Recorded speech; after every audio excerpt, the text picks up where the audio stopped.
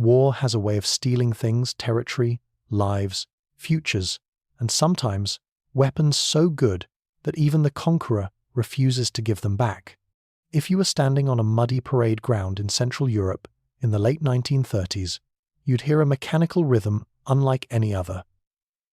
Confident crack of a Czech light machine gun that looked unassuming but spoke with absolute authority. When Germany marched into Czechoslovakia, they expected to seize factories and ammunition. They did not expect to find a weapon so reliable, so precise, and so perfectly engineered that their own soldiers, months later, on the Russian front, would whisper a grudging truth. The best machine gun in the squad wasn't German at all. Before long, the WWII, born of a small nation, would shape battles from the Balkans to the endless snows of the East. And in this story, you'll walk alongside the men who carried it, the officers who depended on it, and the armies trying desperately to outfight it. The story of the WWII begins in a place that did not expect to shape the future of a continent-wide war. Czechoslovakia was a young nation, formed after a previous empire collapsed, and its leaders understood that survival depended on strong industry and skilled engineering. Factories in Brno and other industrial centers grew quickly during the interwar years, filling workshops with precise machines and workers who viewed manufacturing as a matter of national pride. Engineers studied the lessons of the Great War, noting how infantry squads often struggled with unreliable automatic weapons, especially when mud, dust, and cold interfered with delicate parts. They believed a new era of warfare would require a light machine gun that any trained soldier could carry, maintain, and fire under harsh conditions. The weapon needed to fire steadily, without overheating too quickly, and it needed to accept ammunition that was already widely available. It also needed to be built from parts that could be machined repeatedly without high failure rates. The result was a compact and surprisingly sturdy light machine gun shaped around a simple gas-operated system. Its internal components slid cleanly, even when the exterior was dirty, and its barrel could be swapped rapidly when sustained fire became necessary. In tests, it produced tight shot groups even when fired from less stable positions. The engineers viewed these characteristics not as special features, but as basic expectations for a modern infantry weapon. As Czech officers evaluated the prototype, they recognized the potential value it could bring to their army. The WWII offered controllable recoil, dependable cycling, and smooth operation during long training sessions. Armorers could disassemble it without specialized tools and clean the parts in minutes. Infantry squads trained with it on fields where dust blew across the surface, or rain turned everything into thick mud, and the gun kept running without repeated stoppages. Soldiers trusted it almost immediately, since it reacted predictably during live-fire exercises and did not surprise the user with sudden mechanical problems. It also accepted the same caliber used in many rifles within the Czech military, allowing ammunition stockpiles to serve multiple roles. By the mid-1930s, Czechoslovakia felt increasing pressure from political instability in Europe. Tensions spread as neighboring countries expanded militarily, and speeches from Berlin suggested ambitions that reached beyond existing borders. Czech leaders attempted to modernize rapidly, ordering more weapons, improving logistics, and strengthening fortifications. The WWII became part of this effort. It represented a belief that precise engineering and reliable hardware could give small nations a chance against larger powers. In training camps, the sound of its controlled bursts echoed across the hills, creating a rhythm that soldiers learned to recognize instantly. Factories continued production, filling crates with newly finished machine guns. Workers kept quality high even as demand increased, since the weapon's reputation depended on consistency. Testing officers repeatedly fired large batches, recording how each gun behaved after long periods of use. The results encouraged them. Even older test units maintained strong performance, and metal fatigue appeared far less frequently than expected.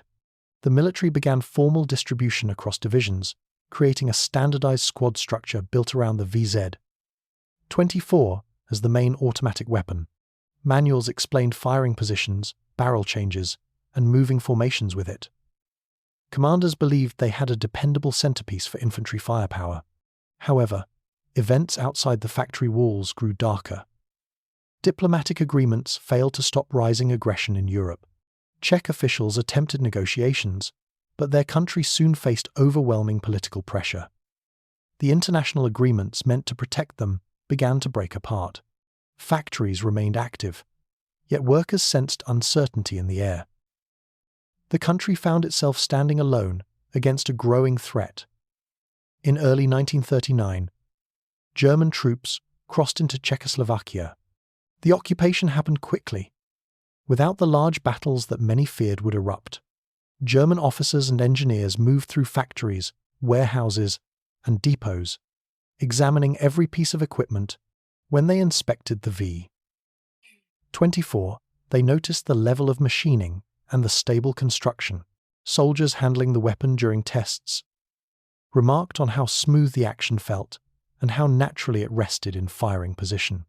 German logisticians recorded its specifications and compared them with existing weapons in their arsenal. The results were surprising. They realized the Czech gun did not require complex machining, yet produced reliability that matched or exceeded many current German designs. The Wehrmacht command gathered reports from officers who had tested seized weapons. The feedback remained steadily positive. Troops valued the gun's ability to handle poor weather, rough transport, and long bursts without malfunction. The design also fit well into squad formations that relied on a mobile source of automatic fire. As German planners prepared for large-scale operations, they recognized that immediate supply would be more important than strict standardization. Using Czech equipment offered a practical advantage. Tens of thousands of ready-to-use weapons were already stored in captured depots. The WWII did not remain a symbol of a small nation for long. Once integrated into German units, it received new markings, new codes, and new logistical pathways. German soldiers carried it during training, learning the steps Czech instructors had originally written. Although it now belonged to an occupying army, the weapon carried its original identity within its metal frame. The machine gun built for the defense of Czechoslovakia began its second life, inside formations, moving toward regions far beyond its birthplace. This moment marked the transition from local development to continental impact. The occupation reshaped the future of the WWII, pushing it away from its creators and into new hands that would test it in scattered mountains, harsh winters, and long campaigns still ahead. The weapon's strong foundation would now meet circumstances far more extreme than the designers ever expected, setting the stage for its surprising battlefield reputation in the years to come. When German forces took control of Czechoslovakia, they did so with a clear understanding of what they wanted. Factories, machinery, transport lines, and everything that could strengthen a growing war machine. Yet even experienced officers did not expect to find such large stockpiles of well-kept weapons stored in neat rows inside Czech armories. Long warehouses held crates stacked to the ceiling, each filled with rifles, pistols, spare barrels, and light machine guns that looked almost new. The German units responsible for cataloguing equipment began opening crates one by one, noting serial numbers and condition. As they worked through the inventory, the WWII repeatedly appeared on their lists, with comments describing excellent craftsmanship and reliable testing results recorded by the previous owners. Inspectors visited production plants in Brno and nearby industrial towns. Inside, machines still sat in perfect alignment, as if ready to resume manufacturing at any moment. German engineers walked between workbenches, examining blueprints that remained pinned to walls and chalkboards. They observed how Czech designers prioritized simplicity in construction. It became clear that the WWII did not rely on rare materials or complex forms. Instead, it used strong steel, clean machining, and a straightforward internal system that allowed workers to produce large batches without significant variation. This impressed German officers, who understood how critical consistency was for frontline logistics, especially with the larger conflicts that lay ahead. Wehrmacht technical officers soon gathered groups of infantrymen to test the seized machine guns. These soldiers came from units equipped with early war German automatic weapons that often demanded careful cleaning and frequent replacement of worn parts. They set up on firing ranges near garrison areas and prepared to evaluate their findings. When they loaded belts and took firing positions, many expected the Czech guns to behave like other captured weapons, functional but not ideal for long-term use. Instead, the Vz.24 delivered a steady rhythm of shots that remained smooth, even after repeated bursts. Its barrel warmed slowly and showed little distortion. The gun did not jam easily, even when soldiers added sand and dirt to simulate battlefield conditions. German non-commissioned officers noted how quickly their men learned basic maintenance procedures. The weapon broke down into large, manageable components that fit together with sturdy precision. Cleaning rods and small brushes reached every essential part without difficulty. Armourers timed how long it took for a new user to strip, clean, and reassemble the gun. The results were faster than expected, and significantly faster than similar German models designed before the war started. This discovery hinted at a possible advantage. The Vz.24 could be issued to troops with minimal training and still maintain battlefield efficiency. Once the early tests ended, Wehrmacht staff compiled written evaluations. Each report highlighted the same strengths: reliability, durability, and the ability to handle the type of rough treatment often seen during extended operations. These evaluations reached higher command levels, where officers compared them to the current state of German armament production. The factories inside Germany were already preparing for large campaigns, but shortages of materials and labor strained the manufacturing system. Adding a dependable foreign weapon to the arsenal offered an immediate boost in numbers and reduced pressure on domestic factories. The next step involved integrating captured guns into German supply networks. Ammunition was not an issue, as the Czech weapon used a cartridge compatible with widely available stocks. Manuals were translated quickly, keeping most original instructions while simplifying certain passages for faster training. Spare parts from Czech depots filled storage rooms, ensuring long-term maintenance capacity. German quartermasters created distribution plans that directed thousands of Vz.24 seconds to infantry divisions positioned across the Reich. As trucks transported these weapons outward, officers began noticing a pattern. Units receiving them reported positive results both during drills and during first contact with enemy forces in small early operations. Soldiers often described the gun as steady and trustworthy, even in cold morning air or dusty summer heat. German commanders valued this consistency. They needed weapons that would not falter during long marches or sudden clashes in villages, forests, or open fields. The Vz.24 fit naturally into the squad's rhythm of movement, providing a reliable base of fire without requiring constant supervision from experienced machine gunners. The integration process continued as German strategy shifted toward broader invasions. Planning rooms filled with maps, marked with arrows stretching across countries. The decision to bring captured Czech equipment into these operations allowed German units to expand more aggressively. Field commanders liked that it gave their squads a ready source of automatic fire while conserving more complex German designs for specialized roles. As these voices aligned, the Vz.24 moved from a captured asset to an official tool of the Wehrmacht. Across newly assigned barracks, German soldiers spent afternoons practicing firing positions with the Czech gun. They learned how it behaved when fired from windows, trenches, and shallow depressions. Some used it during nighttime exercises, where moonlight cast hard shadows across the ground. The weapon shone most in uncomfortable situations: uneven footing, sudden wind, or extended firing sessions. Even recruits who lacked combat experience felt predictable feedback each time they pulled the trigger. The steadiness built confidence. Meanwhile, German officers revisited the Czech factories to plan new production schedules. The idea was simple: use these facilities to supply the expanding Eastern campaign. Machines were restarted, workers reorganized, and materials brought in from across the region. Local laborers, many with years of experience, returned to their stations under new oversight.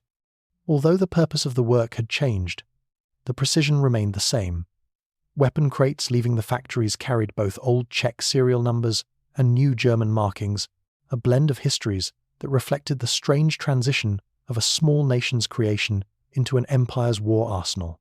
The rising European conflict soon demanded more weapons, more soldiers, and more units ready for sudden deployment. The WWII now stood as an important link in the chain. What had started as a national defense tool became part of a force preparing for campaigns far larger than its creators ever imagined. With warehouses emptied, factories working again, and German divisions equipped with these reliable machine guns, the story moved toward the next violent step of the war. The Balkans awaited, and the Czech gun would be tested on rugged slopes and narrow mountain roads, where ambushes and unpredictable engagements would challenge every weapon carried by the invading forces. When German forces advanced into the Balkans, they entered a region very different from the Central European landscapes where they had trained. Mountain ranges cut across the horizon, creating steep slopes that forced soldiers to move slowly and cautiously. Small villages sat on ridges where paths twisted between houses made of stone and old wooden beams. The terrain invited ambushes, and resistance fighters knew every hidden trail. German infantry quickly understood that the campaigns here would not be simple marches. They needed weapons that could survive rough travel, constant movement, and sudden fire from unseen positions. The WZ-24 began proving itself almost immediately. German squads often climbed slopes where loose rocks shifted under their boots. Packs, helmets, and ammunition rattled as they moved. Yet the machine gun remained steady in its carrier's hands. Soldiers appreciated that it did not suffer damage when bumped against trees or knocked against rocks. When patrols entered forests filled with dense undergrowth, branches scraped across the weapon without affecting function. Users found comfort in knowing the gun would respond reliably when needed. Encounters with partisans happened at unpredictable moments. Sometimes gunfire erupted from above, as hidden fighters opened fire from high stone terraces. At other times, attackers struck from behind low walls or from inside barns disguised as normal structures. In these situations, German squads relied heavily on the WZ-24 to push back sudden pressure. The weapon's quick burst capability allowed teams to suppress ambushes long enough to reposition. Soldiers could fire short, controlled bursts, even while breathing heavily from the climb. The recoil did not harm accuracy, allowing the squad to adjust quickly to shifting threats. Dust often became a major challenge in the region. Dry winds blew across open fields and through broken streets, lifting particles that coated uniforms and gear. Many firearms struggled in these conditions and required constant cleaning. However, German machine gunners reported that the Czech weapon continued operating even when dust accumulated on the exterior. Its internal parts stayed functional due to the way the gas system managed airflow and debris. Crews wiped the exterior occasionally, but did not need to stop for full cleaning during every march. During one extended push through mountainous terrain, German units advanced toward a network of narrow passes believed to shelter strong partisan groups. Movement required slow progress along high ridges, where rocks and loose gravel often created unstable footing. The light machine gunner and his assistant sometimes had to crawl to maintain balance. Despite these conditions, the WZ-24 fired steadily during multiple skirmishes along the way. Soldiers described how the gun maintained consistent performance even after long hours of climbing, sliding, and taking cover behind jagged stones. They remarked that its construction seemed almost immune to rough treatment. When fighting shifted to villages, the machine gun's compact form became important. Many houses offered limited room to maneuver, and doorways often blocked larger support weapons. The Czech gun fit through tight corridors and window frames, allowing defenders to establish strong firing positions inside buildings. German troops set it on tables, broken carts, or window ledges to provide a stable angle. The bipod adapted well to uneven surfaces, allowing firm placement even on tilted floors or loose rubble. Infantry squads felt more secure, knowing they could bring automatic firepower into confined spaces without difficulty. Partisan tactics relied heavily on speed and knowledge of the terrain. Resistance groups moved quickly, striking German formations with hit-and-run methods. These attacks required rapid German responses, and the Vz.24 helped maintain control. Machine gunners positioned at crossroads or along main paths created zones of fire that slowed enemy movements. This allowed riflemen to flank or secure better cover. The rhythm of the guns' bursts echoed through the valleys, creating a sound that signaled both stability and command. Soldiers learned to recognize these bursts as reassurance that the squad still held ground. Rains also influenced the campaign. Storms swept across the mountains with little warning, turning dry paths into slippery channels of mud. Wet conditions caused misfires in some weapons, especially when moisture mixed with dust to form a thick coating on mechanical parts. Reports from the front noted that the Vz.24 resisted many of these issues. Water slid off the frame due to its clean machining, and internal cycling remained smooth. German gunners appreciated this resilience, as they often lacked time for thorough maintenance after sudden rains. Even when soaked uniforms clung to the body and boots sank into mud, the machine gun continued functioning. During one major encounter, German patrols attempted to secure a ridge overlooking a key supply route. Partisan units attacked in coordinated waves, using the high ground to create strong firing angles. The sounds of rifles and grenades echoed across the slopes. The Vz.24 served as the anchor of German defense. Its operator moved between natural cover points, keeping the weapon fed with ammunition while shifting fields of fire. The barrel warmed, but the gun maintained accuracy through sustained bursts. German officers later described how this stability allowed their units to hold long enough for reinforcements to reach the ridge and force the attackers to withdraw. As the Balkan campaign continued, officers sent regular written reports describing equipment performance. Time after time, they noted the Czech gun as one of the most reliable items in their squads. It handled dust, rain, uneven terrain, and long marches with minimal maintenance. Although they carried equipment from many sources, German, Italian, Austrian, and now Czech, the Balkan experience shaped the weapon's reputation inside the German army. What had been a captured asset now became an essential component of squad tactics. The soldiers who fought in the region understood that their survival often depended on dependable firearms, and the Czech machine gun earned their trust. These lessons carried forward as German high command prepared for a far larger invasion. Soon the army would move toward a new frontier, where cold, snow, and distance stretched far beyond anything encountered in the Balkans.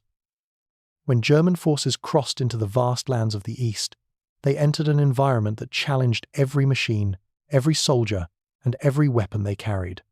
The landscape stretched endlessly, with plains that met the horizon and forests that seemed to repeat forever. When autumn arrived, rains transformed dirt roads into deep mud that trapped wagons and slowed entire divisions. And when winter finally settled in, the land changed into a frozen world where every breath turned to frost and metal stiffened in the bitter cold.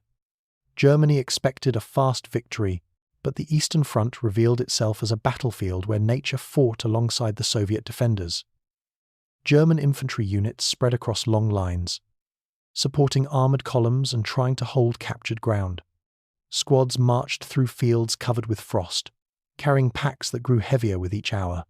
Machine gunners felt the full weight of the Vz.24 on their shoulders, yet they trusted it after the Balkan experience. Cold winds blew across their faces as they advanced between burnt villages and abandoned farmhouses.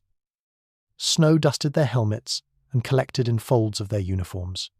Every step produced a soft crunch that seemed loud in the quiet winter air. The first signs of trouble came when temperatures dropped sharply at night. Many weapons struggled to cycle properly, especially rifles with tight mechanical tolerances and machine guns that required careful oiling. Gunners tapped bolts repeatedly to free stuck components. In these conditions, the Vz.24 surprised its users. The gun's simple internal layout and robust gas system continued to move even in freezing temperatures. Soldiers noticed that the action stayed smooth as long as they removed excessive oil. Frost collected on the exterior, but the firing mechanism remained functional. This reliability eased tension, as squads knew they could depend on the weapon during early morning attacks when frost caused the most failures. During the first major engagements, Soviet troops launched counterattacks with determination.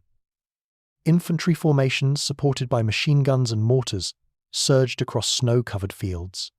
Tanks rolled forward with engines growling through the cold, sending waves of snow behind them. German units took cover behind ditches, broken fences, and frozen earthworks. The WWII provided a steady chain of fire that helped stabilize lines under sudden pressure. Gunners used short bursts to conserve ammunition and prevent overheating. Although the cold slowed barrel warming, long engagements still demanded careful control. The gun maintained accuracy even when vibrations from distant explosions shook the ground. As the campaign progressed, mud posed another challenge. When snow melted during brief warm spells, roads vanished beneath thick layers of sticky earth. Soldiers struggled to pull their boots free with each step. Weapons fell repeatedly as troops slipped, and mud coated everything. Some machine guns became unreliable when dirt clogged vents or stuck to moving parts. However, the Czech gun showed strong resistance to fouling.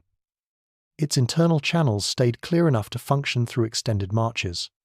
Gunners wiped the outside using cloths or scraps of uniform fabric, but often had little time for more. Even so, the WWII fired, predictably, when Soviet attacks forced immediate readiness. German squads often faced long firefights near rivers, forests, or destroyed settlements. Soviet infantry used cover effectively, and their own machine guns produced a constant roar that echoed through the trees. Winter battles created unique obstacles. Snow muffled sound, making it difficult to detect approaching enemy units. White camouflage made Soviet soldiers nearly invisible until they fired. German troops relied on their machine gun to quickly respond once contact began.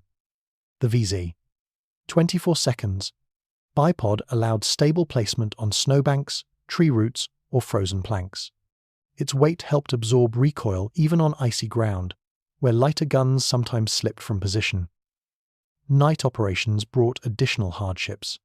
Temperatures dropped further, and darkness increased the risk of surprise attacks. Soldiers wrapped scarves around their faces, leaving only narrow gaps for their eyes. Breath froze on cloth and formed small crystals that sparkled under moonlight. Machine gunners kept the WWII close to their bodies to reduce exposure to cold. In many cases, they wrapped spare barrels in blankets to prevent rapid temperature shock.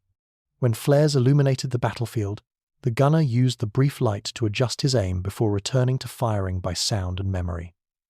Throughout these conditions, the Czech weapon remained steadfast. One encounter highlighted the weapon's importance. A German platoon held a small village near a road crucial for supply movement. Soviet forces launched repeated assaults, using nearby woods to conceal their approach. Snow fell heavily, limiting visibility. Positioned behind a low stone wall, the gunner fired in controlled bursts, forcing the attackers to spread out. The assistant gunner replaced belts, while snow built up around them. Despite the cold, despite continuous firing, the gun did not jam. Frostbite became common, and soldiers wrapped rags around their hands to keep fingers mobile. Campfires offered little warmth. Food froze inside mess tins. But the weapon remained a constant presence beside the men who depended on it.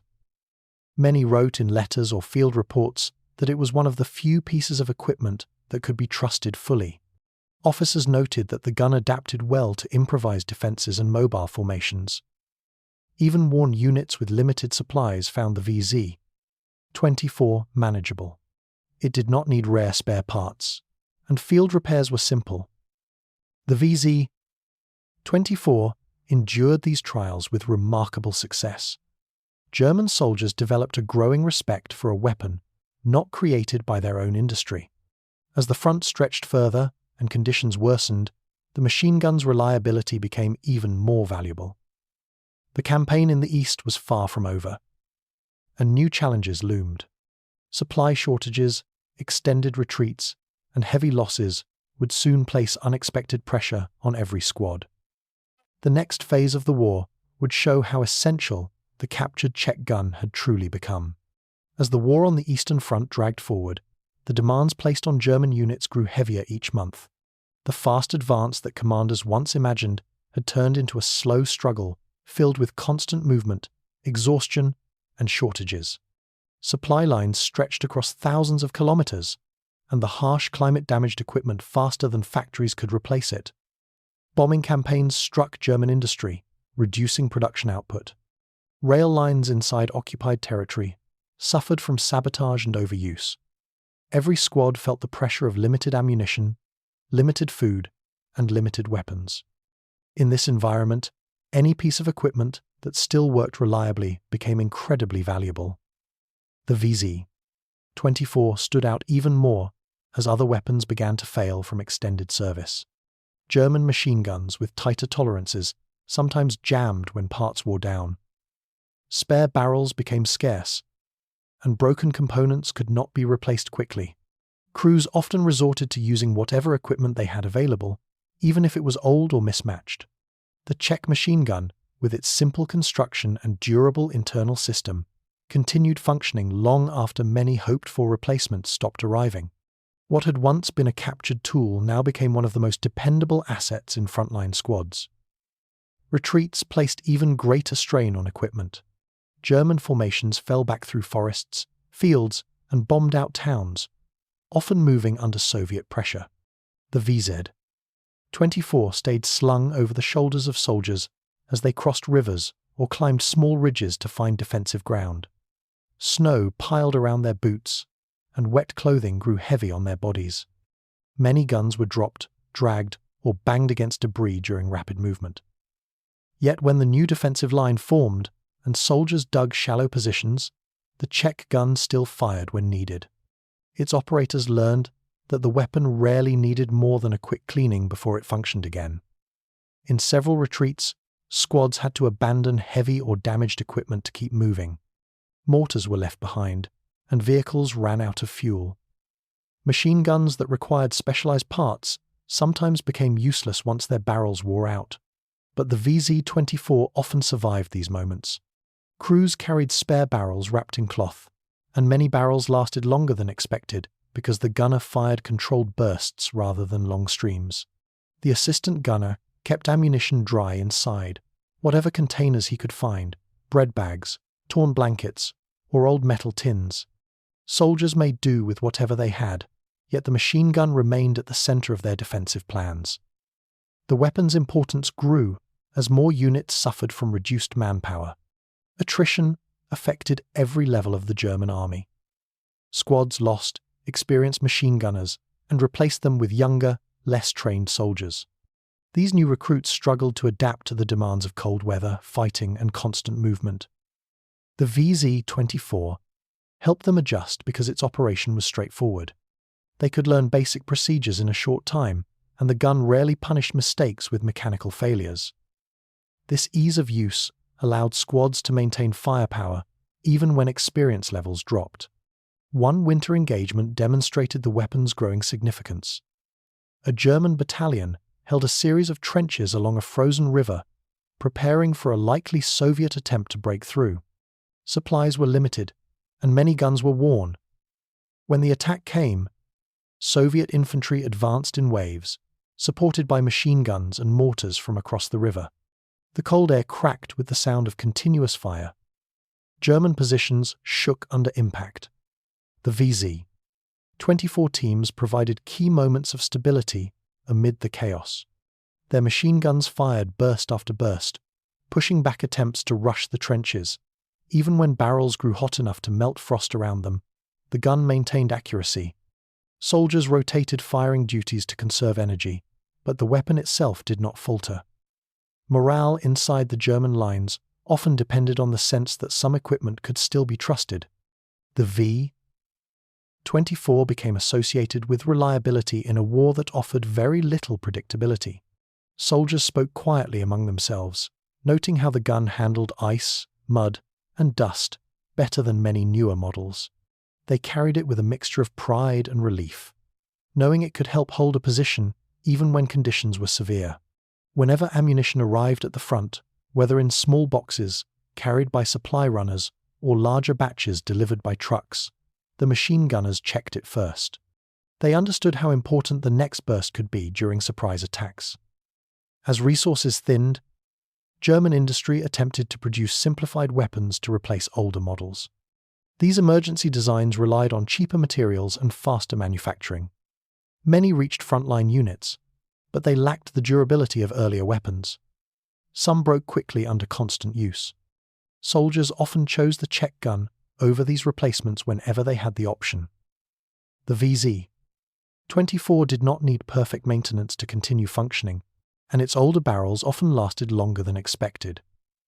This allowed squads to maintain a steady level of firepower, even when other equipment became unreliable. Communication between units also revealed the gun's reputation. Field reports from platoon leaders, company commanders, and divisional officers frequently mentioned the Vz.24 by name. They described its performance in snowstorms, nighttime defenses, and sudden ambushes. These reports traveled up the chain of command, influencing decisions about weapon distribution. In many cases, planners diverted remaining Czech weapons toward frontline units with the highest casualty rates, recognizing that these squads needed dependable fire support above anything else. The gun's role expanded not because Germany planned it, but because the deteriorating situation required it. Near the later stages of the Eastern Campaign, the importance of the Vz.24 reached its highest point. Many German divisions were reduced to fragmented groups scattered across the front. Medical supplies ran out, food became scarce, and ammunition dwindled quickly. Yet when small units gathered to defend farmhouses, bridges, or railway stops, the Czech gun formed the backbone of their positions. Even when worn and scratched from years of fighting, the weapon remained one of the few tools capable of supporting a collapsing line. By this stage, the gun had transformed from captured foreign equipment into a symbol of endurance for soldiers trying to survive a war that had turned against them. It could not turn the tide of the conflict, but it gave squads the strength to slow advances, cover retreats, and protect their remaining comrades.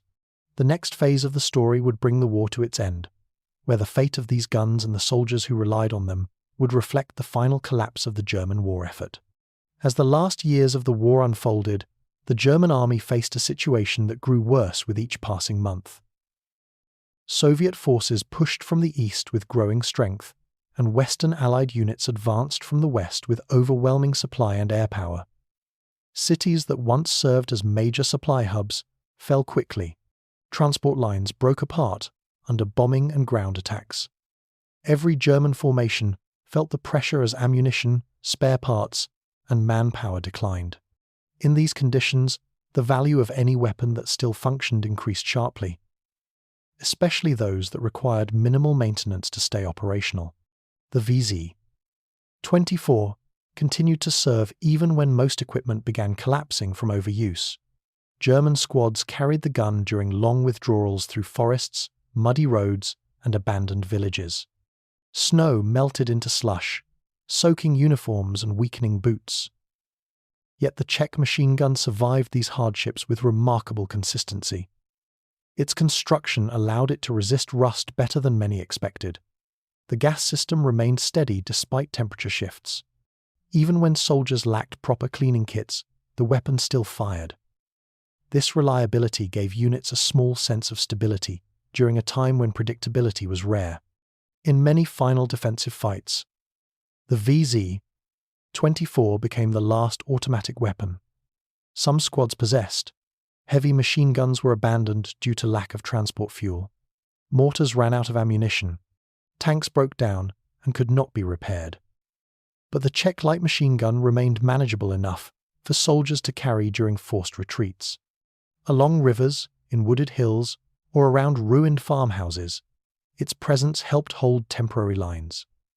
Soldiers placed it behind broken walls or inside small defensive holes dug into frozen ground.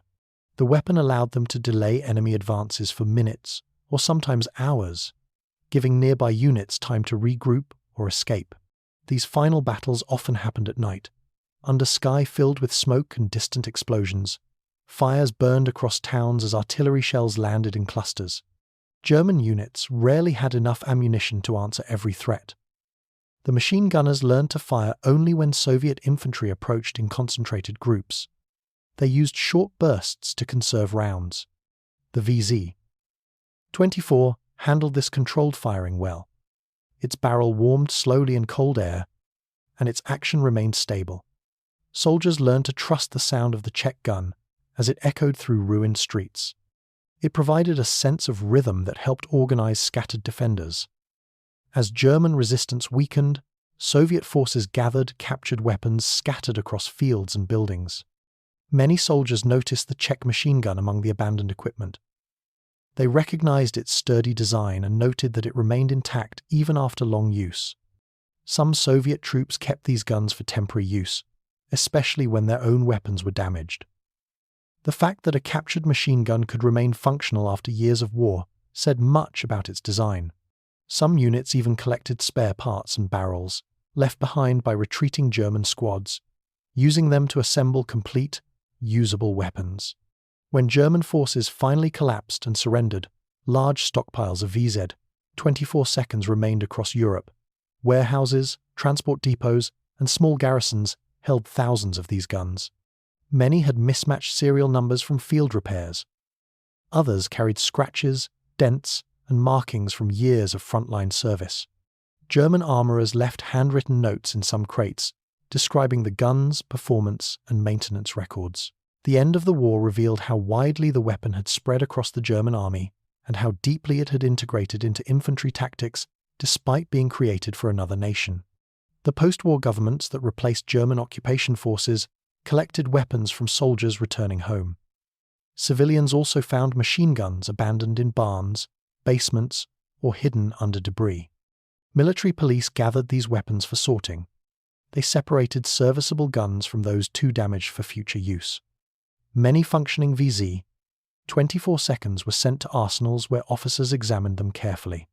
Some guns were passed to new armies forming in Eastern Europe, where shortages required immediate armament. Other guns were melted down for raw materials to rebuild industries destroyed during the war. A number of surviving weapons entered museums, where historians displayed them as examples of interwar engineering and wartime adaptation. Reports written by German officers described how the gun kept functioning in mud, snow, heat, and extended campaigns. Engineers noted that the weapon's long-term reliability came from its balance between simplicity and precision. Historians observed how a gun built for a small nation ended up supporting one of the largest armies of the conflict. This transformation added a layer of irony to its story, showing how war often reshapes technology in unexpected ways. The Vz.24 also influenced later designs in Europe. Engineers studying its durability identified useful principles for future light machine guns. Some countries adopted elements of its gas system or internal layout. The weapon demonstrated that practical construction could outperform more advanced but fragile designs. Its wartime reputation encouraged nations to consider ease of maintenance as a major factor in weapon production. Even in countries that never used the Vz.24 directly, designers acknowledged the value of its balanced structure. For veterans who carried it, the gun became part of personal memories. Some recalled long marches where the machine gun's weight rested heavily on their backs, yet its reliability offered comfort. Others remembered night defenses where its bursts cut through darkness and pushed back enemy advances.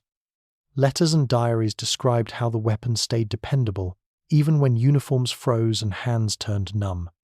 For many, the Vz.24 represented one of the few things that did not break down as the war's final months grew increasingly chaotic. As peacetime settled across Europe, the surviving Vz.24 gradually disappeared from active service. Yet the Czech gun's influence remained in training manuals, design studies, and stories passed among soldiers. It served as a reminder that a well-made firearm could shape the outcome of battles far from its birthplace. Its journey from Czech factories to German supply depots and then to battlefields across the continent reflected the unpredictable nature of global conflict. In the end, the Vz.24 became more than a captured weapon. It became a symbol of durability, practicality, and the strange paths that tools of war can travel. The final collapse of the German army left many questions unanswered, but one truth remained clear. The machine gun, created by a small nation, played a role far greater than its designers ever imagined. Its legacy lived on, not through victory or defeat, but through the simple fact that it never stopped working when soldiers needed it most.